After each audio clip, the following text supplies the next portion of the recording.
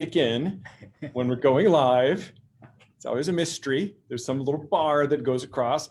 And now I think we're live, but I'm never sure. So, hey, Burnout Breakthrough is live with me, Dr. Jeff Moody. That's me. JeffMoody.com, JeffMoodyMD.com.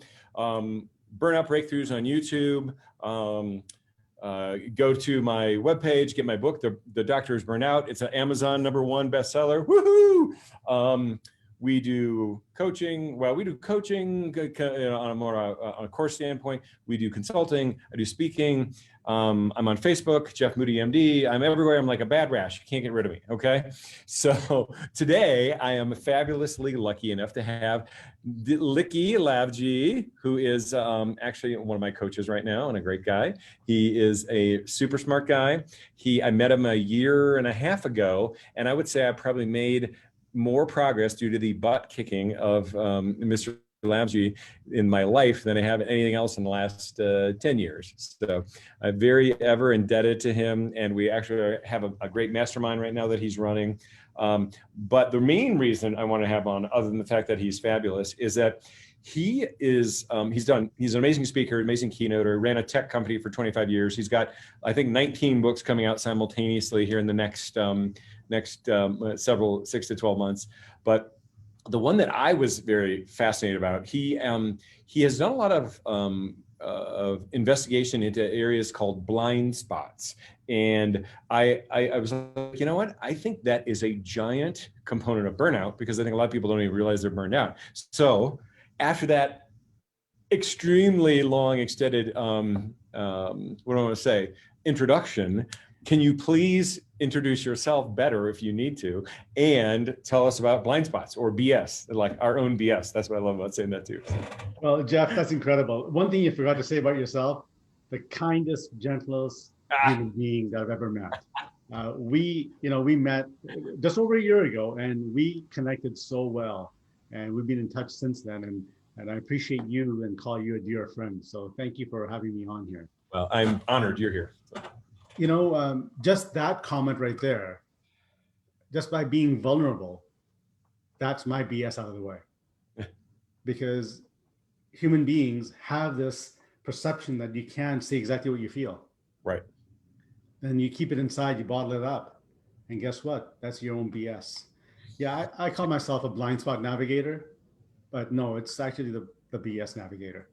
Well, and true or false, Likky, do you feel like people like put on this like persona or this facade they think they need to have, like or sometimes I think it's your profession, your career. I'm an investment banker, I put on this face. I'm a lawyer, I put on this. I'm a doctor, and then they think they have to play some sort of a role or something like that.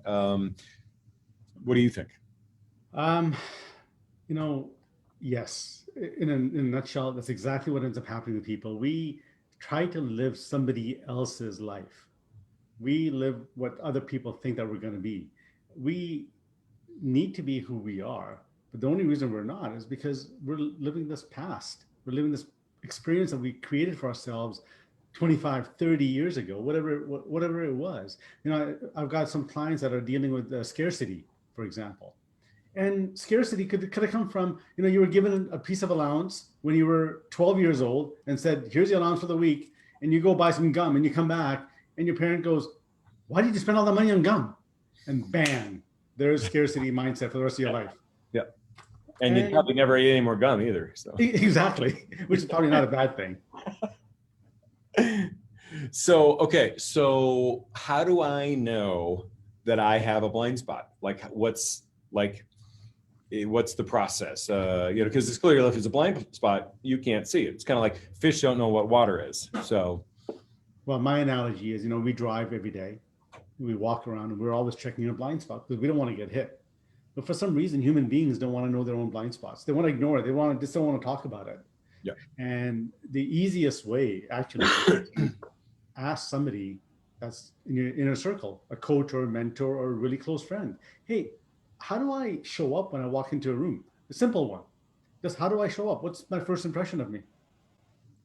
And I remember doing that to a group, and they actually said to me, well, you really want to know? I go, yeah, I do. And I said, well, you show up as a pompous when you walk in. I go, what? They go, well, hang on, hang on. You show up as very pompous until you start speaking. Then you're warm, kind, and gentle. I go, okay, I need to know more about that. What do you mean? They go, well, you always dress so well, but you don't smile. And I thought I smiled, but apparently I didn't smile. So now when I walk into a room, I'm smiling with my eyes and having a big smile, but that creates a welcoming effect. But I never knew that. Well, true or false? I mean, maybe there was something very, I think also your face is a pretty good mirror of maybe what your mental state is. And I do think that it's vice versa. I think your face can instill a different mindset to a certain extent. And I think your mind will show up on your face. And so I think maybe by having that kind of like more friendly attitude, I think sometimes, like I know when I'm walk into a room sometimes, especially if I'm doing what you were doing, like speaking before 1,000 people, I would be a little bit nervous. I would be a little bit trepidatious, and that might show up on my face. So then maybe I wouldn't smile, and then people would say, "Oh, look at that guy. He's the fancy schmancy doctor. How come he's not friendly?" But then once you start speaking, then it moves along. And I think, but again, I think the flip side of that is if you come in smiling, then your brain is like, "Hey, this will be okay." And you're the expert, so I'm not trying to tell you your business, but no, again, it's your perception on how you take things, right? And sometimes we don't know what our blind spots are until we actually start digging in what they are. So a partner of mine and I came up with this assessment. It's called the blind spot assessment. And if you just take that assessment, it'll categorize you into 8 different styles, and it'll give you some common blind spots that you probably have based on your behaviors. That's a great start to understand what you're about. And where is that at, like blindspot.com? Or? It's actually at likkylavji.com/blind spot assessments, or just go to likkylavji.com. It'll show up. Okay, for all of those who you don't know Likky, it's LIKKYLAV, like Victor, JI.com/blind spot assessment. That's right. Or just go to the main site. Okay. That's a great start to understand what you're about.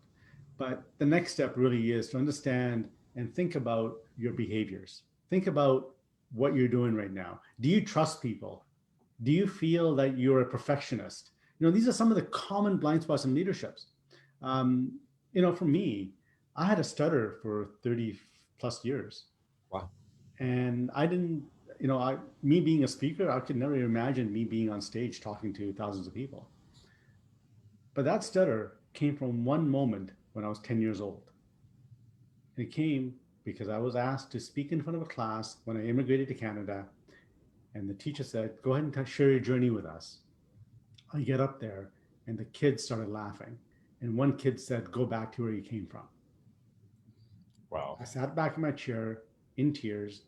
The next morning, Likky's not good enough. He doesn't belong here. Likky's life of stutter started. From like a bunch of excuse my French, jackass kids when you were in 3rd grade. Exactly. But you know what? I don't even blame the kids. They're just kids. But I took those words literally, that I'm not good enough. And I carried that for 30 years. No matter what kind of treatments I got, it still stayed there. The moment it went away was I was in front of my incredible mentor, Bob Berg. And we did this exercise. Go-giver, yeah. The go-giver, yeah. We did this exercise. And I actually heard the words, you're actually not that bad of a person. You're actually very trusting, very caring. And the next day on my flight back, the stutter had gone away. Now I get home and I tell my wife this. And she's like, I can't believe it'll be back the next day. She can't believe it. Nobody can believe it. No, but she goes, I can't believe it. I've been telling you this stuff for many years, that you're actually a good person, but you never listened, because I kept on holding that perception. Well, and I think the other part of that, you definitely listened, you definitely heard it, but did you believe it? I think that's did you internalize it? Did you believe it? And I think to me, that's a big issue with burnout as well. And maybe you could give your a little bit of insight on what you think as far as like, is burnout a blind spot as well? Because I think it's a giant one because it's so insidious. And I think also people, if you were previously a very happy, productive person, you were like, oh, I just having a bad day. So yeah, but Jeff, being a surgeon, being the doctor that you are, you went to med school for so many years. The pressure was on you to perform. And every day. And then when you graduated, and now it's like you're on. People's lives depend on it. So that's an evident pressure that you put on yourself. So burnout is going to be common in your industry. It's going to be common. But if you don't look for it, if you don't look for those signs, it's a little too late. And I think you realize that. Well, And yeah. why? And I think the other thing, when people ask me like, what are the signs and symptoms of burnout? I'm like, how many people are there in the world? I'm like, I think there's that many different ways it can manifest it. I was kind of the frustrated, angry kind of burned out person. I think some people get sad and depressed. Some people get really quiet and they shut down. Some people like go on like whatever spending sprees, or they try to like do other things to make themselves feel better. And when the real problem is they're not happy in their primary, maybe their occupation, and burnout obviously primarily was work related, but I don't think it's only from work. So what would you say your process is, other than taking the blind spot assessment? How do people get aware that they're burned out? I kind of always say the first step of the 12-step program is realizing you have a problem. So well, interesting enough, when I work with the executives and the clients that I work with, they don't see the blind spots. And within my first conversation, I can really evidently see where the struggle is. The struggle that they came to me for isn't really the struggle that they need to resolve. Right. So we go through a process of conversations. I think, you and I went through this as well. We went through a process of conversations and understanding what is in the way. I'm listening for what they're not saying. Right. And then I actually just call it out. Because there's a trusted relationship built in, and it actually works out well. So I have no attachment to it. And then also it's like you said, it's a perception of what's not being said, versus what's being said. Like and we had a call the other night, and there's 7 or 8 of us on the call, and somebody was on what we call the hot seat. And so I'm kind of like the sledgehammer, I guess I would say, in our group. And so we go round and round, and a very nice person, we got him in the hot seat for about 45 minutes. And finally I was just like, what are you afraid of? It was my question for him. And he's a great guy, and he's a super competent guy.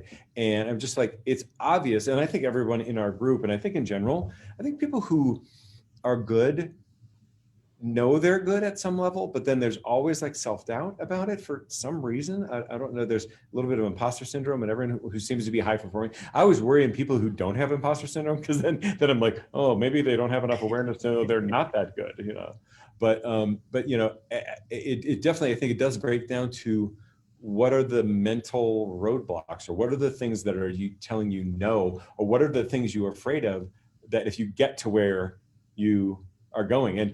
And one of the best things I've heard probably in the last couple of years is typically your most important, most impactful things you're going to do or learn in your life are just on the other side of that fear. Yeah, so. Exactly. You hit that fear head on. But the problem, Jeff, is that people don't understand it's a fear. They just think it's normal. They think life is going normal, and it's okay to get angry all the time. It's okay not to trust people. It's okay to just blow up when you need to. It's okay to quiet down. No, those are all behaviors that are caused from your past. If you really think about what happens in life, we go on to these tangents of work. We create this personality about ourselves, but it's not us. Now we have to live this personality. There's that blind spot right there. Yep. Your industry is dealing with this on an ongoing basis. And this book that you just released, it relates it really well. And, it says the doctor's burned out. I've read this now. And to me, it relates to every human being. So thank you for sharing that. And I really appreciate that. And when I was writing it, probably 80% of it was kind of therapy for me, and 20% was maybe someone else would get help from it. But it's interesting. I've had like professors and lawyers and accountants and realtors and lots of different people have read it now, and they're like, other than the medical examples, it's 100% like applicable to me. Because it unfortunately burnout is everywhere. And I think obviously right now with the pandemic, I mean, they kind of like turned it up to 11, it was at a 10 or an 8, and now it's an 11 or 15 or 30, I think, for a lot of people. So Mr. Lavji, have you ever been burned out? Always. And, I would say I hit rock bottom about 5 or 6 years ago. When I sold my IT company, I woke up depressed. I woke up just not knowing where I belonged. Because you should have, that should have been like one of the best days of your life, right? You're like, I'm successful. I sold my business. Everything's awesome. I can, whatever, lay in the beach or go bike riding, do whatever I want. And you were miserable. Yeah. And what really happened was, yeah, I sold the company. I was actually sitting in Mexico. I remember sitting at that hammock and waking up and realizing the last 7, 8 years of my life, I was fighting burnout. I was so burnt out. Every email that came into me, I would tinge and I just hated it. But I was fighting it, fighting it, fighting it. And all of a sudden I wake up and that burnout, well, that pressure had gone, but I didn't know what it was. So I had to deal with some major issues at that point, just get out of that whole process. What was okay, so you realized you were not doing well. What was your process or what did you, I think you may have been kind of like self-taught like me, like you didn't really know what was going on, but you're like, I got to do something. I got to try something. What was your steps or your process, or I guess, what do you think were the most impactful or helpful steps? Well, honestly, at that point, it was anxiety and depression kicked in. It was a lot of anger kicked in for me. A lot of blame. Because you had kind of lost the identity you had, might have not been your favorite, but you lost it because now you're no longer an IT business, fabulous, smart guy expert. Yeah. So I called up my coach and I said, this is what's going on. And he goes, Likky, the biggest issue you have right now is that you're not out there helping people like you have been for the last 25 years. How do you find a coach? I'm sure a lot of people, I know, and you're a terrific coach, and people obviously can, contact you directly and work with you, but like, you can't be coach everyone in the world. But like, how do you know who to trust? I guess that's, I think. Trust is such a big word, and you'll never know until you start talking to people. I always say, look for somebody who's gone through what you've gone through, that you can relate experiences with, and they've actually lived the life that you're trying to achieve. Kind of walk the path that you're on, that maybe you want to go down. Exactly. And I would say a lot of my clients that I have gone through anxiety, have gone through burnout, have gone through depression. They're lost. They don't know what to do. I'm a high school dropout. All these things relate to where you are. So I attract that type of a quality. Leaders that want to be in the growth mindset. And I'm always striving. I remember my wife telling me, why can't you just sit still one day? I said, if I'm going to sit still, I'm going to die. I need to be growing. I need to grow all the time. So look for a coach that aligns with you, and then have conversations and understand what that process is. Understand what you want out of it and see if they can fulfill that. And it's kind of like, I kind of feel like too, it's like if you say, hey, I'm going to go with this coach. And then after a couple of sessions or two, you're kind of like, this isn't like, it's not working. Maybe you're not clicking or connecting. You're not married to that person. No, you can change. No, not at all. But I will say, after 2 sessions, it better not get comfortable. It better be really uncomfortable. So don't walk. Then you're digging. Don't walk away after 2 sessions. Give it 3 to 4 sessions, because after 2 sessions, a good coach will make it hurt. Okay. And really get you out of your comfort zone. And that's when you're going to realize you got that fear head on. Are you going to fight it or are you not going to fight it? Are you coachable or you're not coachable? Because a lot of people want to coach. No, they don't. They want somebody to fix their problems. And a coach doesn't fix problems. Yeah. He highlights what the issues are and works with you to find it. Then you have to fix your own problem. Yeah. And also, I think that's a great point. And that's one of the things that I talk about in the book, and I think in general with our clients, is that, like, look, there's a million things you can do. You may need to try some things, but ultimately it's like, let's do what works for you. That's kind of, like, what worked for me, that may be 180 degrees of what's going to work for somebody else. So, and I think it also depends on how your burnout is manifesting, what you're going to use what tools you're going to use to attack. Great.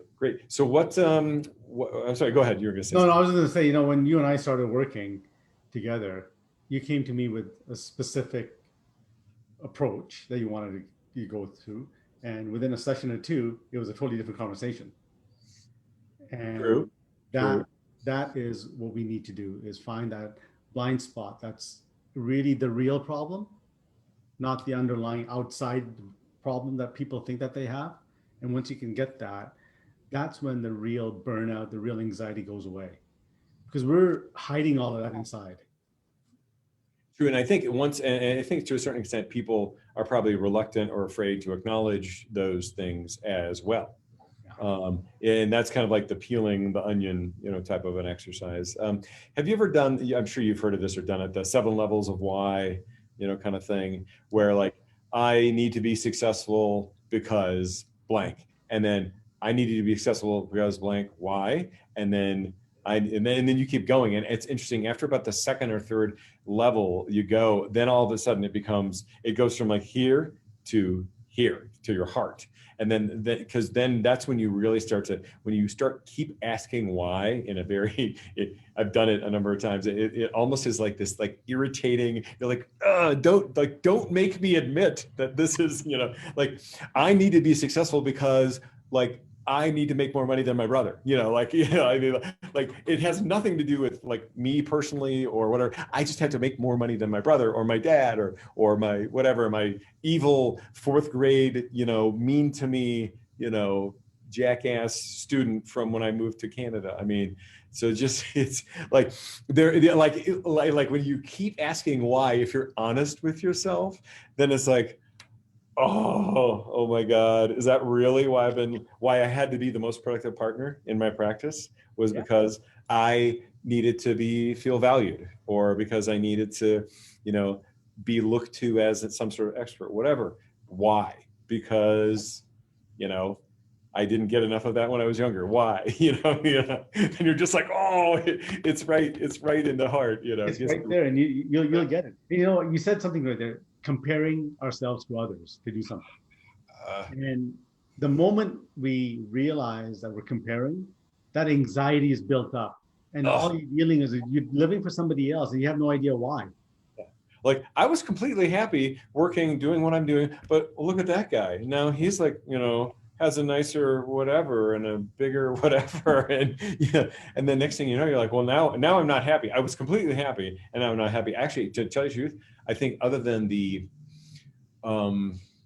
ways that social media stimulate you with notifications, those types of things, which are very programmed and very dopaminergically based, I think it's the whole comparison thing. Like, and the studies all show the more time people spend on social media, the more depressed they are. Because I think then, because you're like, whatever you had, now you feel like it's not good enough, so I really counsel like my kids and clients and people when they're starting this, I'm like, turn off all your notifications. And for anything, unless it's like some sort of part of your job, like I'm on call today, but unless it's some sort of life-threatening emergency, turn all that stuff off. Amazingly, you lived the vast majority of your life without that stuff, and you were completely fine. You don't need to know when somebody posts on Facebook or has a new Snapgram chat thing, Twitter thing. I'm just unless there's a new book being released, then you need to be on Facebook and say all that kind of stuff. But hey, Jeff, you talked a lot about core values and understanding who you are and the whys. I remember 3 months ago going for a cycle, and I was with my wife, and she looked at me, she goes, man, you're smiling, like you must be really happy you're here. I said, you know what it is? I just realized I've been working hard to figure out what I really wanted to do. I'm waking up finally and doing it, loving what I do, because it's people like you who I have as clients who want to shift. The mastermind group that we have in there, I told you guys last week, I don't think I can recreate that energy in that mastermind group again. It's love and the care in that group that allows me to be the person that I want to be. So understanding what your core values are and who you are and what you want to do, everything else will work itself out. Once you become and you wake up ecstatic with who you are and what you're doing, that burnout goes away, the anxiety goes away. It just, because then everything's aligned, number one. Number two, you're doing what you love. Number three, you've got, it's a process. I mean, people are going to say like, oh, easy for you to say, you whatever, you woke up one day and everything was perfect. I'm like, yeah, 7 years, I'm the 7-year overnight success, it's a process. I mean, you have to be honest with yourself and do it. And the same thing I talked to people about recovering from burnout. It's like, you need to realize you have it. You need to decide or find what's making is the most impactful for you, and then try something. And then once you start improving, you'll get kind of into this upward spiral, and then you'll have good results, and then you'll try something else and have more good results and feel better, and then you make better decisions because you feel better. And then again, it's an upward spiral. And also, and I'm sure you would probably say this as well, it's not like a cure. You're not like, oh, I love what I do, everything is going to be perfect for the rest of my life. I'm like, it's a daily process. It's a daily, I hate to say battle, but it's a daily interaction, I guess I would say, between you and the world and how you respond to it, I guess is the way. And same thing for burnout. You can spin things a lot of ways and make it the worst thing ever or make it the best thing ever. And so I think if you, again, continue to improve, then you can take those processes and those things and you can continue to use them to improve. One of your chapters, you talked about your self-worth, and it was on the checklist. I can't remember which chapter it was, but it was on self-worth. Do we really know what our self-worth is? Do we know what we stand for? Is our value dollar, or is our value our love? Is our value our care? What is it? What do you stand for? Well, and I always prefer to think of it just strictly from like a recovery standpoint. It's like, well, number one, value yourself enough to do it, don't say, oh, it's not worth it. It's not worth the effort. Like, you're not worth the effort of saving your own life. I'm like, everyone in the world is worth that effort. Number one. Number two, then I think you need to give yourself that permission to actually do what needs to be done. Gosh, I need to actually carve out 30 minutes or an hour a day to exercise. I need to eat better. I need to get better sleep.